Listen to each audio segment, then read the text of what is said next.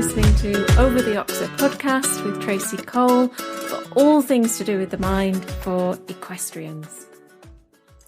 So this week, I'm absolutely delighted to welcome Debbie Busby, who is an accredited registered clinical equine behaviourist, and she runs her very successful international consultancy, Evolution Equine Behaviour. And she's been doing that since 2006. So Debbie knows a thing or two about horse behaviour. She supervises university master students and new behaviourists. She writes and lectures on all kinds of aspects of equine behaviour. She's also a practising psychotherapist, and she's developed a transactional analysis model to promote effective communication between horse owners and practitioners. She's currently, as if that doesn't keep her busy enough, she's currently conducting doctoral research into horse and human wellbeing in the spheres of riding and training horses. So big warm welcome, Debbie. Really lovely to chat with you, because we do chat in our Pilates classes, don't we? We're both in the Pilates class, but we don't get time to chat like this. So it's really lovely to see you. Oh, it's great to be here, Tracey, and thanks for inviting me. So my very first question for you is, I suppose, how did it all start? So tell us, were you interested in horse or animal behaviour from being young, from being a child, or was it something that developed a bit later on for you? Oh, what a great question. And I remember that I've always been interested in animals in some way. Going back to one of my earliest memories, which was in the very olden days when I was little, we used to have people coming to the door to sell encyclopedias. And one of them, like saying, just all about animals, I think, like a series of encyclopedias. So my mum, you probably got the first two free. Oh, I think my internet's going a bit unstable. We'll see how we get on. So I think my mum got the first two, and I was just enthralled. Couldn't keep my head out of those books. Wow. So they really incited an interest. I remember being really disappointed that we didn't get the rest of the series of the encyclopedias because probably you had to start paying for them. Yeah. So anyway, that got me really interested. I was always the one that looked after the guinea pigs at school and took them home for the holidays. And also in the olden days, we had, like you used to have latchkey children. Well, we had latchkey dogs in the village, and they would be let out all day while their owners were getting on with whatever they were doing, and they'd just like pot around the village. And they'd have a sort of order of when they would come and visit us at home. And so, 10 o'clock, it was time for Blackie to come and visit. And Blackie would get a saucer of tea and a biscuit off my dad. And then 11 o'clock in the morning, Pickles would come, and the same routine. So I didn't have dogs at that age, but it was almost like I had lots of friends who were dogs. Brilliant. And then I was always asking my parents for a pony. I mean, also at the time, the village was still rural and had quite a few farms with horses. We had a horse that delivered milk, that pulled the milk float that delivered milk. So that was a big thing that happened every day. And I was allowed to go and ride him. He must have been about 16 hands, and I was about 3 years old. Yeah. So when I say ride, I mean perch on top like a little pea. Yeah. And so just seeing loads of horses around. So always asking my parents for a pony, looking out of the window every Christmas morning for the pony that didn't appear in the garden. But then when I was 8, my parents bought me a dog, Tim the poodle. So that was my first sort of family dog. And then by then I'd started learning to ride. I'd started riding friends' ponies. And then also when I was 8, a friend and I started having proper riding lessons. So then that was just a lifetime that's started a lifetime of being interested in why animals do what they do, and what do we want them to do? How do we get them to do it? What if they don't want to do it? All those questions I started asking at a really early age and have never stopped.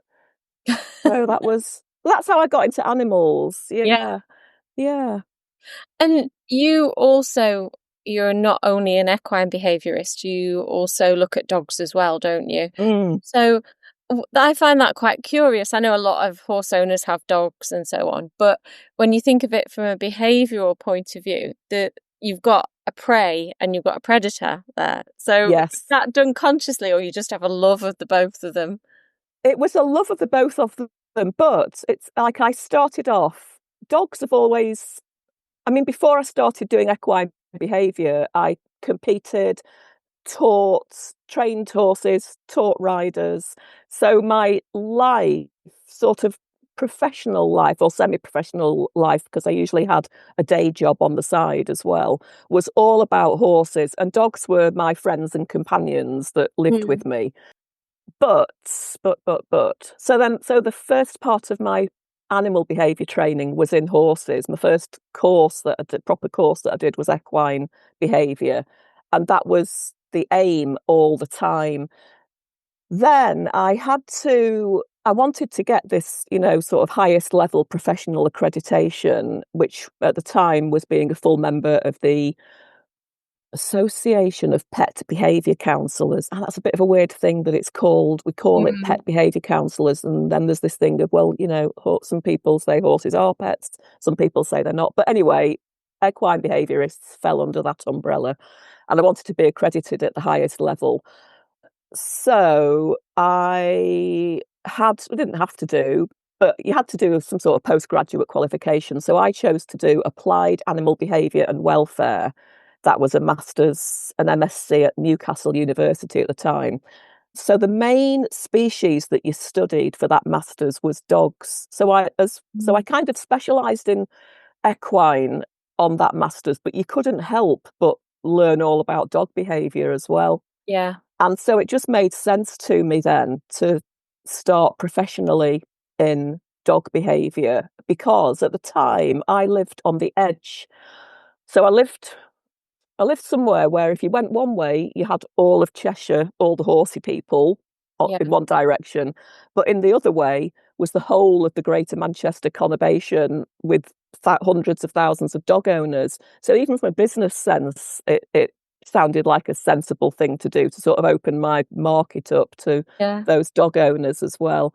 So now I'm really comfortable with both, and it's really interesting seeing the differences and similarities between the species, and some of those are surprising, like you say, the prey. So some of those are what you would expect, like prey and predator type behaviour, Yeah. but others are surprisingly similar, like the underlying emotions that work to produce an observable behaviour that we see Yeah. kind of on the ground or in real life is driven by similar emotions and motivations, same as humans as well, Mm. ultimately all to do with the ability to be able to survive and reproduce. And it all Mm. starts from there, and then it sort of funnels or goes off in little branches like a tree Yeah. until we're doing things like half pass and flying change with our horses, whose primary motivation is to survive, get through Yeah. life. And that's the same as us, really, isn't it? Yeah. Just Yeah. Yeah. get through Definitely. life and feel good about it.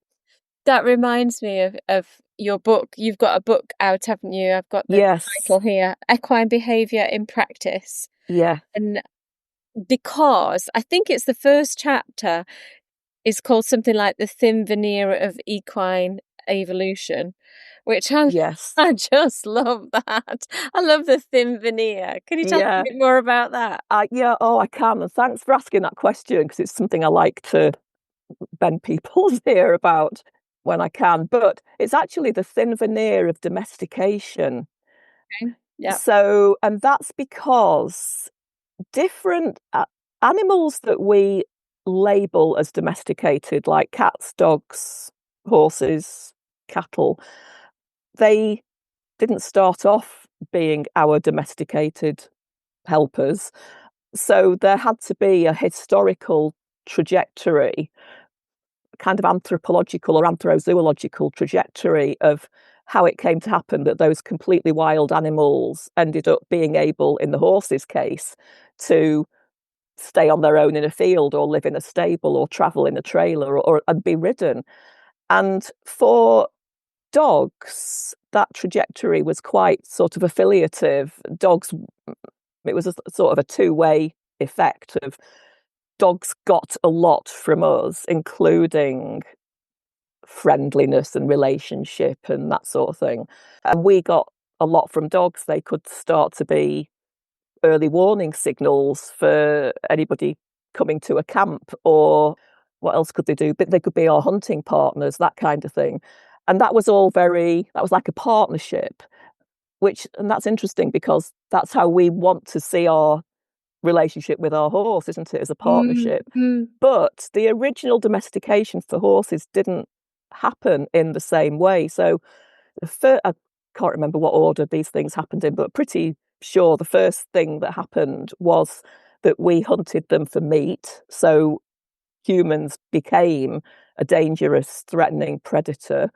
So we hunted them for meat. Then we realized that we could milk the mares. So mares became Really? so mares became useful to live close to, be able to be kept close to settlements. So then, I don't want to turn this into a massive lecture, but then we had to work out, well, how do we keep these wild things close to us to do that? So then things like tethering or corralling came into place. Then the horses, therefore, stayed closer to us on a more regular basis. Then that was so that have the mares milk, but also the horses that sadly, were going to be like meat animals were closer, didn't have to, nobody had to expend a load of energy chasing them and trapping them and that sort of thing. So then that was a sort of semi-enforced development of a relationship between the horse and the human. The horse learned, what do I have to do to not have my worst life with this person? And the human had to learn, what do I have to do not to get kicked or bitten by this horse? And gradually some relationships became more positive. Some horses were more affiliative than others, especially the foals who grew up knowing, oh God, speak, Debbie, who grew up knowing nothing different than sort of, being in a corral, living with humans. So that's why I call it the thin veneer, because dogs chose in a very blunt sort of evolutionary domestication way. Dogs had more of a choice about coming to hang out with us, and they chose to do that. Horses less so, but they did come to sort of experience it as well. Well, it's I suppose it was a sort of continuum between, this is my life, I can't do anything about it, or this is my life, I've got nice humans who hang out with me and feed me, and life's okay, and I don't have any need to head off back into the steppe or wherever. So that's why. And so fast forward then to how we live our lives with horses and the expectations we have of them, of just move to this, leave all your friends who you've got this strong evolutionary drive to be in a settled group that you all know each other, you all know what to do at the same time, who to run away from, when to run away at the same time. You just get used to living with that same group of horses, and then we expect them, like a bit like second-hand cars, we just expect to buy and sell them, take them away from that group, off to a new yard. It might be because you've changed livery yards, or it might be because the horse has been sold. Either way, the horse is just like, well, what planet have I landed on now? Who are these horses? Who are these people who are looking after me? And it takes them weeks or even months to adjust to that. But we expect to take them off to a show the first weekend they arrive, and then wonder why they're going up in the air or just not doing what we want them to do. So it's so easy because of that thin veneer of domestication, it's so easy for horses to start on that tiny little step of insecurity or, ooh, I'm not quite sure what's going on here. And if we don't pay attention to that, then that can start just a snowball of Yeah. problems. Whereas if we paid more attention to those little things and the early signs that the horse is not is even struggling really, but just having a bit of an eek moment, if we could Yeah. help them more at those times, then we could do all the things we want to do with our horse, like I did with Trusty Rusty, because that was my trajectory with my horse. And that was one of the other things that got me so interested in behaviour, because I had a horse that, my first experience with him was just him bolting and rearing over backwards with me.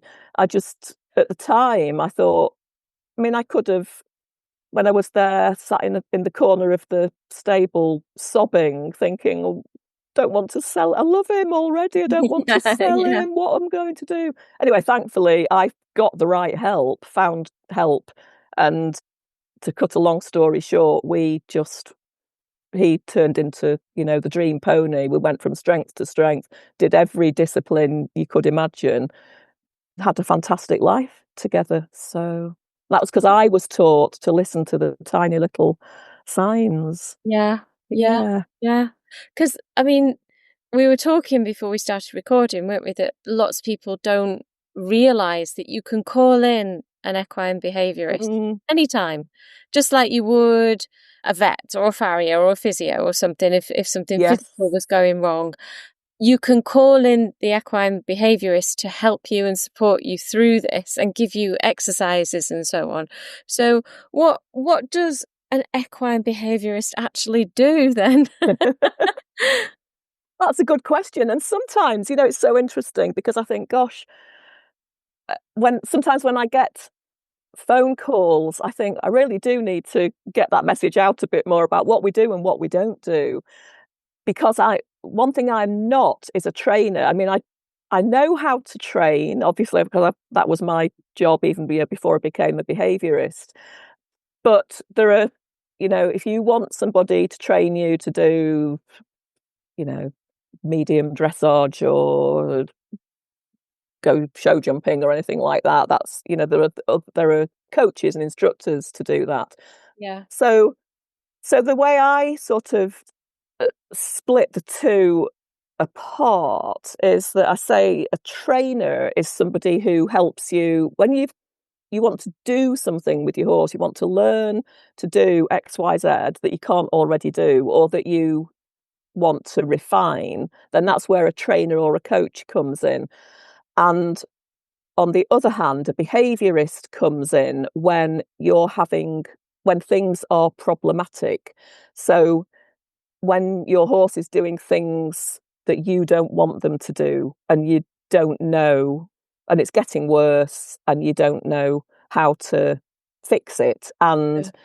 the advice that you've been getting from whoever you've been getting it from is making it worse. So you're trying to fix it and it's getting worse. So enter the equine behaviourist. So what we do is we sort of, as a profession, what we do is we work to understand and address whatever the problem is.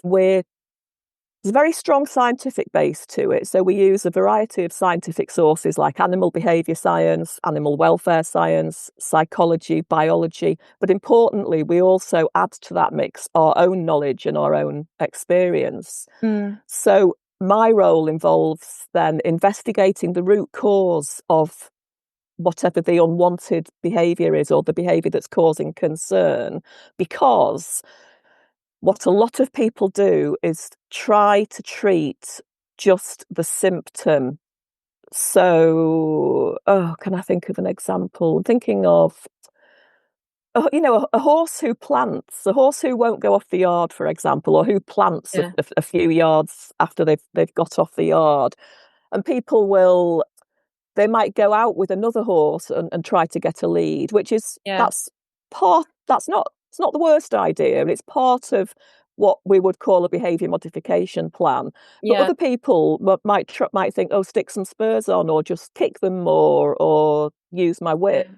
And because of how horses learn, and something about horses, again, this relates to domestication, the way that, oh, there was another point I wanted to make about domestication, but I might come back to that later.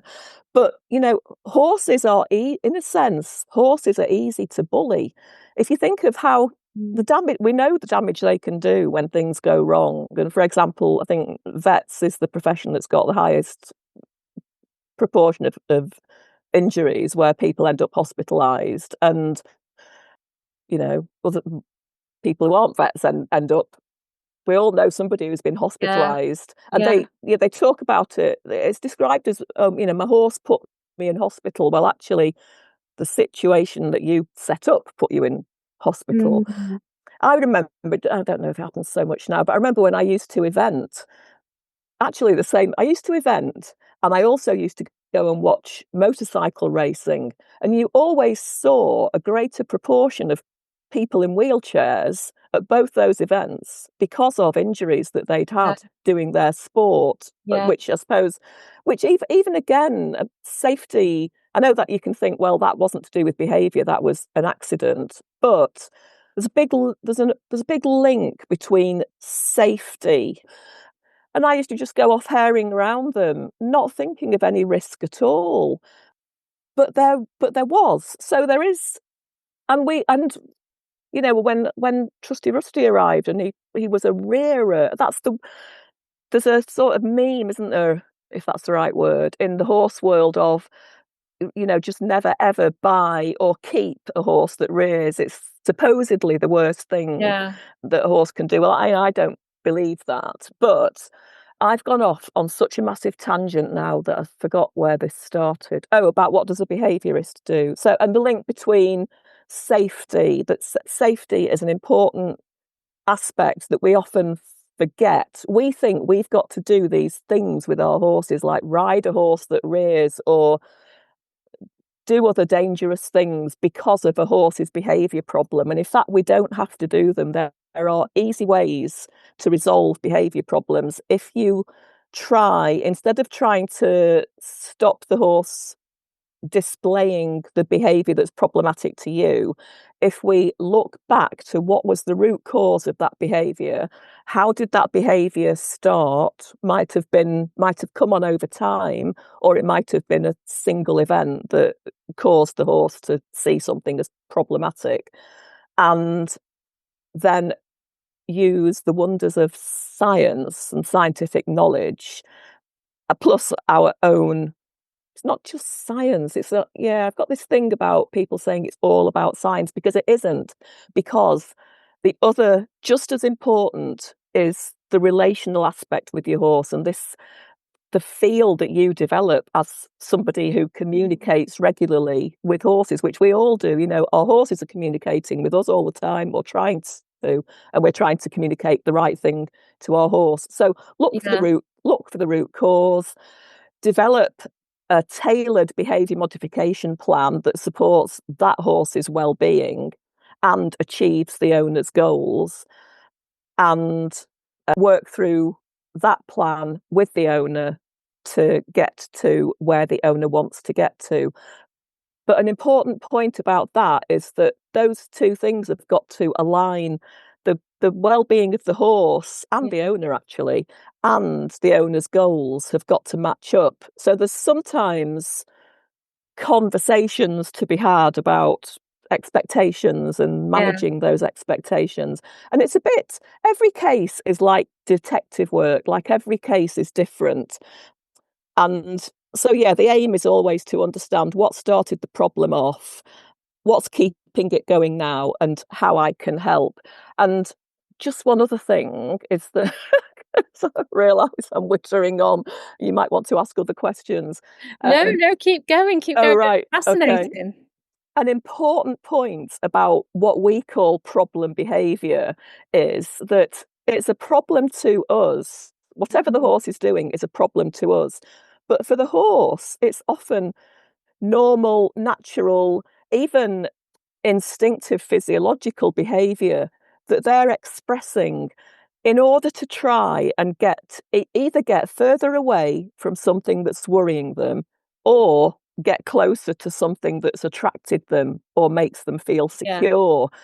And so it's, we could just as easily say that if you were looking at it through the horse's lens, they might be saying, well, it's my human that's got the behaviour problem. Yeah. And Yeah.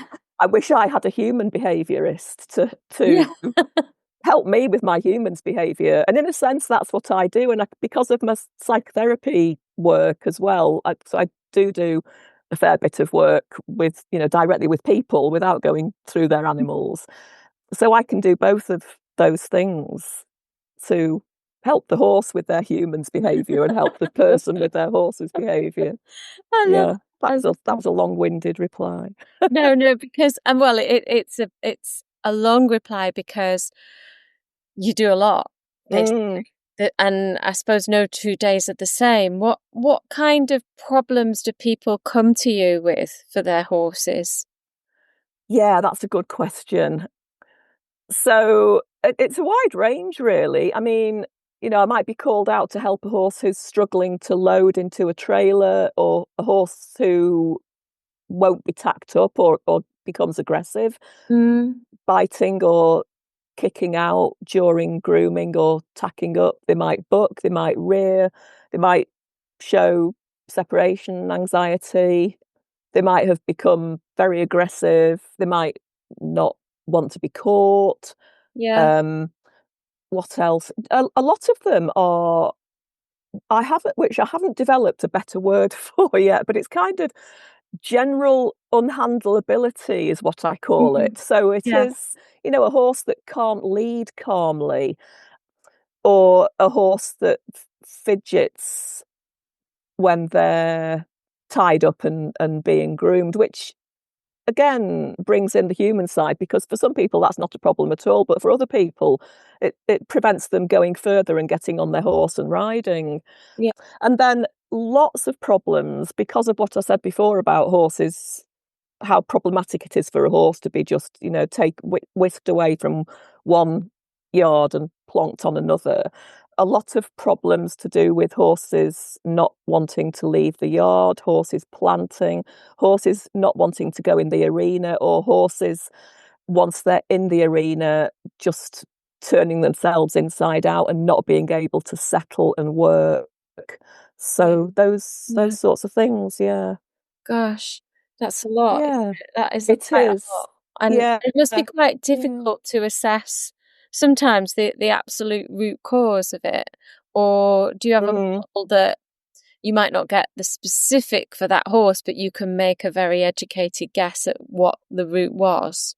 Yes, that's right. And the way that I do that is how I run my consultations, which is I take the longest case history you could ever imagine. So the the lovely client, the first thing they have to do is fill in a very, very detailed questionnaire for me, which that includes everything from tell me about your relationship with your horse to very detailed, what do they eat every day? What's their turn in, turn out routine? What tack do you ride them in?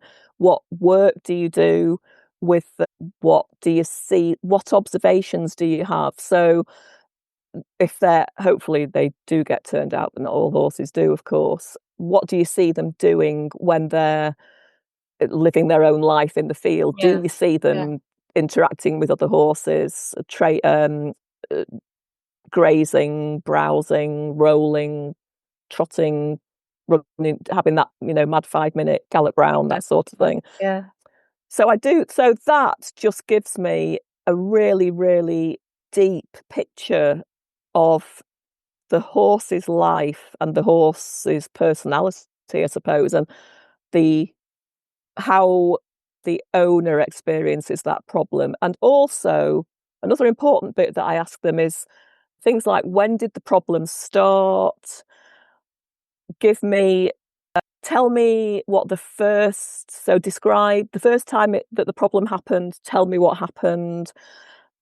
tell me the most recent time it happened and describe that to me, and tell me another significant event, and tell me what was happening before the problem thing happened, what was the problem behaviour, and what happened afterwards, because that's an important piece, is to know from the horse's perspective, what was it that was causing the problem for the horse? It isn't always, it's usually something that the owner wasn't aware of.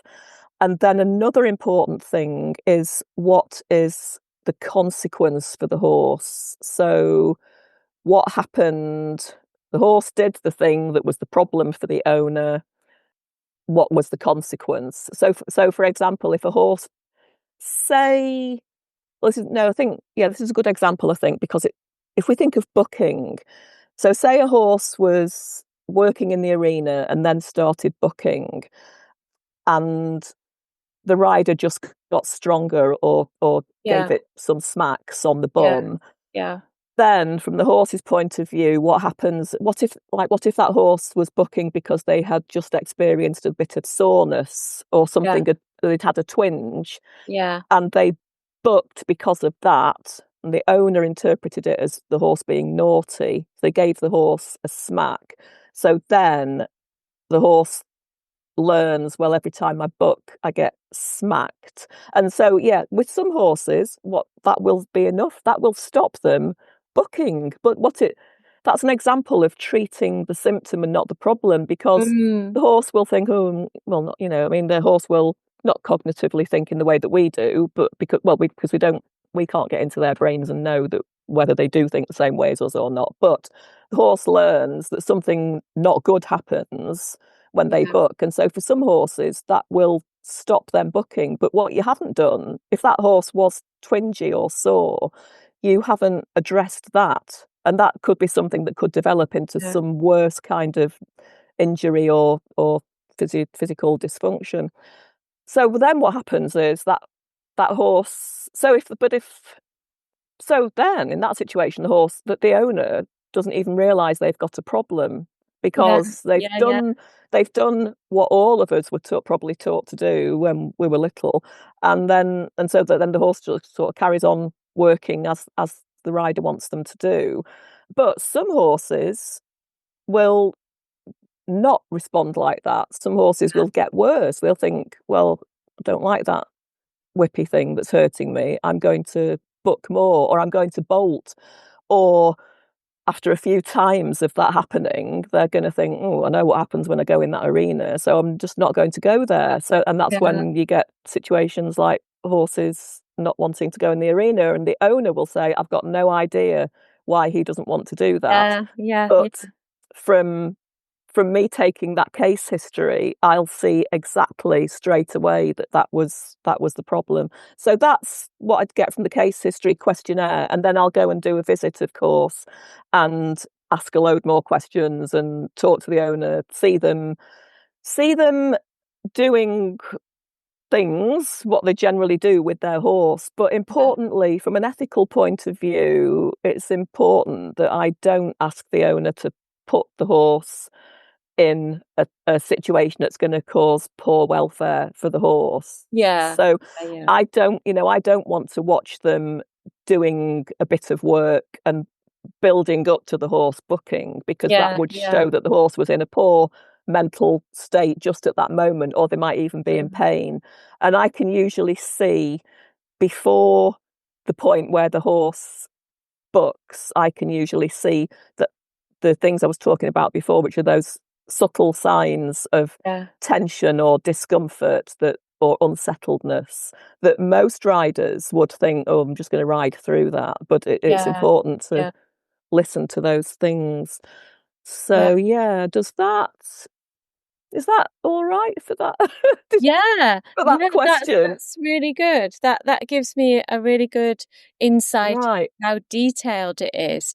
It is, One of the things that you said before was, anyone can call themselves an animal or equine behaviourist. You can just do it. You can just have the title. So what marks you out then? What qualifications do you need to be an accredited clinical behaviourist like you are? Yeah, you need, so to be a clinical behaviourist, and so we're very, it's quite a few professional, well, not quite a few professional bodies, there's 2 or 3 professional bodies. Yeah. So the names are a bit different. It could be, certified, accredited, registered, but it all means that we can work on, well, like it says on the tin, a clinical basis where we're taking the case history and using a systematic, structured method to work through what the underlying causes are in a very diagnostic way, and therefore, and it's through that diagnostic procedure that we are able to then decide which out of a number of options would be the best treatment plan.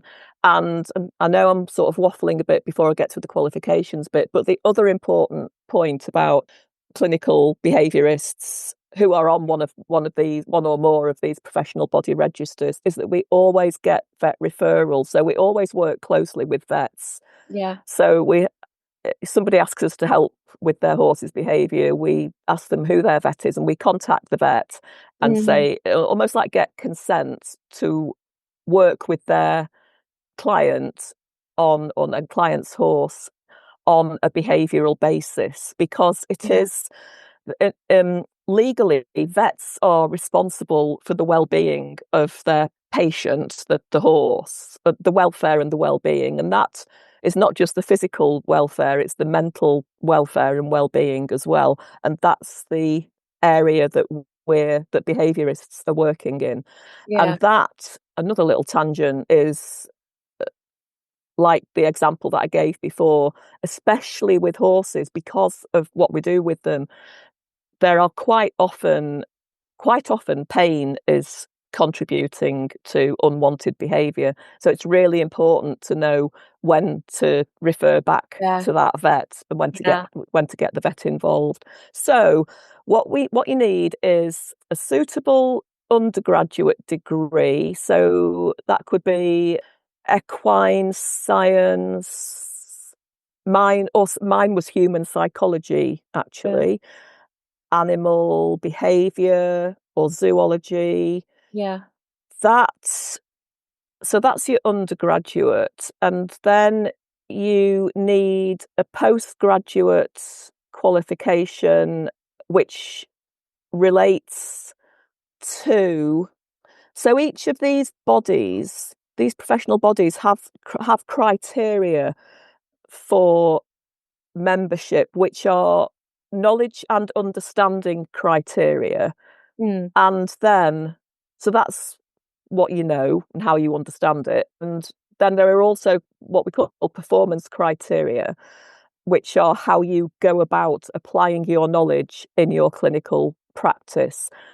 So there could be a variety of master's degrees that you could get, but they would all have to demonstrate that knowledge, that range of knowledge and understanding performance criteria that the professional bodies want. And just to add that the overarching, so there's a number of professional bodies in the UK, the overarching umbrella that sort of oversees all of them is called the Animal Behaviour and Training Council, and they work closely with the government on. So it's kind of, I mean, government's got a lot of other problems that it thinks is higher up its agenda than animal training and behaviour. But if there is, so they'll work closely with DEFRA, for example, on anything to do with companion animal behaviour and welfare. So that's the overarching body. What was I saying? Oh, about what qualifications you need. So yes, so you get your master's or your postgraduate diploma, then you join one of these organisations. So you could join the Fellowship of Animal Behaviour Clinicians, or you could join the Association of Pet Behaviour Counsellors for They're the two main ones for equines. And that you're sort of in a, what do you call it? Can't think of the word, but then that's where you start learning your practice, Right. really, learning Yeah. about how to actually become a clinical practitioner. So you do that through the master's or the postgraduate diploma that you had done would normally have started to introduce you to how you run a consultation. And Yeah. then you learn more about that via CPD, supervision, shadowing other practitioners like me. That's what I do a lot of Yeah. now, Yeah. is supporting new practitioners coming through. So you get more and more proficient at doing consultations with the support of more experienced behaviourists. And Yeah. then when you think you're ready, you apply for assessment. So you apply to be assessed, and that's another big part of my job nowadays, is being on that assessment panel Yeah. for people who, it's like a Viva, I suppose. Yeah. You can demonstrate your knowledge and understanding because of the academic qualification that you've got. Yeah. And in there's also an opportunity to come up via accreditation of prior learning now as well. And then you have your Viva type assessment, which asks you about your clinical practice, how you apply your knowledge to your clinical Mhm. practice. You might be observed, or you might be asked to submit a video of Yeah. your consultation. And if you pass that process, it's very rigorous and takes quite a while, but it's got to be, Yeah. because we're almost, we're working in conjunction with vets all the time, and we don't. I mean, that list of examples of cases that I see was the day-to-day types of things, but we're also asked, like one of my cases last year, one of my most complex cases was a box walking stallion, show jumping stallion, who'd he'd cha- he'd just box walked continuously for so long, and he wasn't allowed out. He wasn't let out because he'd just, Mm. jump over everything to get to the mares. He'd done that so much that he'd changed his musculature, because he went in the same direction all the time. Oh, wow. So and then they thought, well, we'll just deal with this by tying him up so he can't Oh, walk. wow. Another example, yeah, another example of trying to stop the Yeah. symptom that you can see. So Yeah. then he developed this really weird nervous tick with his neck. And so when you get faced with that kind of problem, or really abject aggressive cases where a horse has really massively injured another horse or a Mhm. person, you have really got to know what you're doing in Yeah. those cases. Yeah. You can't just get what I call a rope thrower, or somebody less trained, really, Yeah. who Yeah. by chance they might do the right thing, but also by chance they might do something that would make it so much worse. And we Mm. all know, if you can't we know what happens to a horse that doesn't meet their owner's expectations. Yeah. It's a downward trajectory then, isn't it, to Yeah. being Yeah. sold on and on and on. So until yeah, so why did I start saying that? Oh, yeah, because of that, because that is the route to being qualified Yeah. as Yeah. behaviourist. And I've got that, Yeah. actually, there's an article on my website. I've got a blog which explains that route as Yeah. well. So Yeah. Yeah. So, I mean, that yeah. once you get somebody who is accredited, then you know that they are highly qualified, really qualified in Mm. all kinds of behaviours, like you say, some of the more extreme cases as well. Yes, yeah. And So, the other thing is that you know that they're accountable, because we all have to abide by a code of practice and a yes. code of conduct. So, And we're all insured. That's an important thing as well. We've got professional indemnity insurance, public liability insurance. So those are important factors to think about as well. Yeah. Yeah. Mm. For anyone that is interested in horse behaviour, I want to just mention your book again, because I know you won't. So, Oh, yeah. Equine Behaviour in Practice. So, Yes. I mean, the title kind of tells you what it's about, but can you tell us a little bit more about what it's about and who's it aimed at? Yes. Yeah. So so I wrote it for anybody who works professionally with horses. So that's vets or students, behaviourists, trainers, but it's also importantly accessible for owners who want to understand their horses better. So I've combined in it science, various kind of, scientific disciplines, case studies, communication theory or communication practice really in terms of how you communicate with the human half of the Yeah. relationship as well as the horse and the real world context to show how behavior problems develop and importantly how they can be resolved. So and this is where I sit a lot of the time. I wanted to create a book that bridges theory and practice.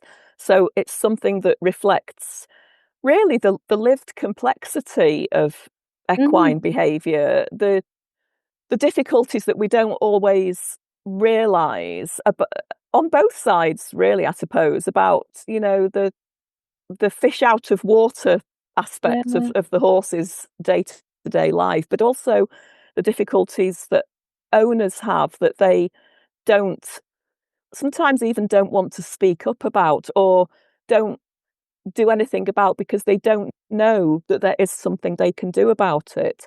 Yeah. Yeah. And there is something they can do about it. And if they don't know what they can do about it, then I and my colleagues know what they can do about it. So it encourages empathy and critical thinking at the same time.